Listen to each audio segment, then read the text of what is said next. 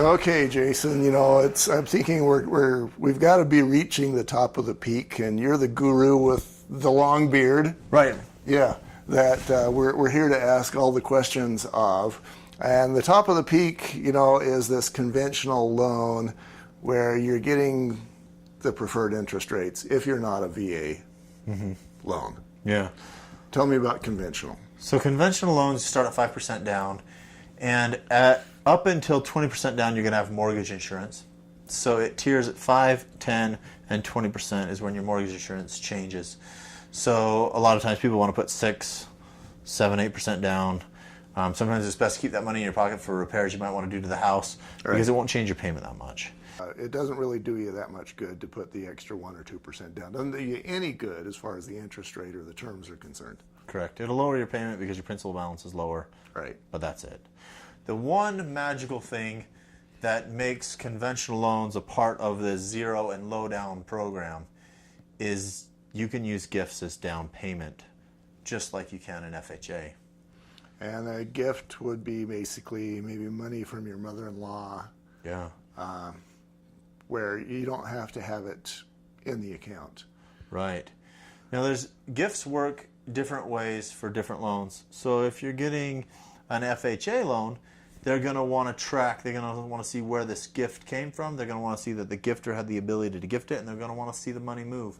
So this can be an interesting conversation to have with grandma when the lender asks for her bank statement to prove the ability to gift funds. Oh, dear. Right. Probably ought to have Grandma create a whole new account and put that money in that account. Or would that even 2 work? months before you start the process, that would work. So it's interesting. The good thing is on conventional loans, you don't have to typically source the ability to gift funds. You just have to track the gifting of those. So FHA loans, you can get the gift for 3.5% down from Grandma. Grandma gives her bank statement. She gives a gift letter. You document the transfer of the funds. Boom, you have a zero down program in essence.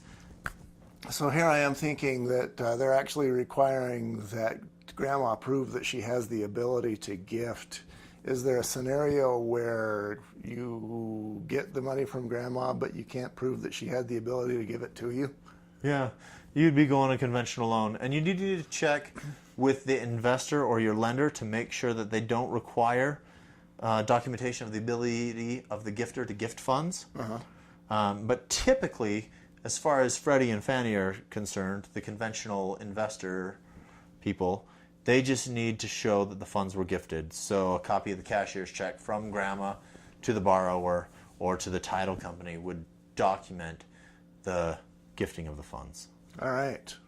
And then I'm sure we have another category where you're talking about conventional with 20 or better down. Is that right? Yeah, that's just a fantastic loan, not really a zero or low down. If they gift 20%, then you're not having to paying for MI, and that's if the gifter gifts 20%, even conventional a lot of times, that will be okay with just about any investor or lender. You definitely want to make sure if you're gifting 5% down or less, like the 3% down, that's okay with your investor. It's allowed by Freddie and Fannie, but it may not be allowed with your particular lender. Let's say that I put 50% down on a loan. Does that change my interest rate at all versus putting 20% down? Typically it would. Not drastically, but you're buying money and you're paying for the risk you're taking. So typically the more money you borrow, the more it's going to cost you. And the less of a risk you are, the less it's going to cost you because it's more sound investment.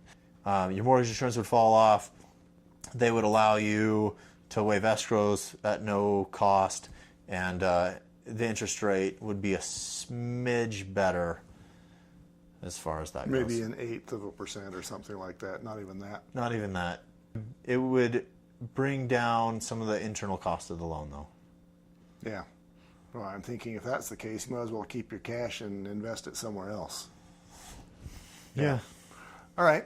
What do we got next? We talk about secured loans as forms of down payment.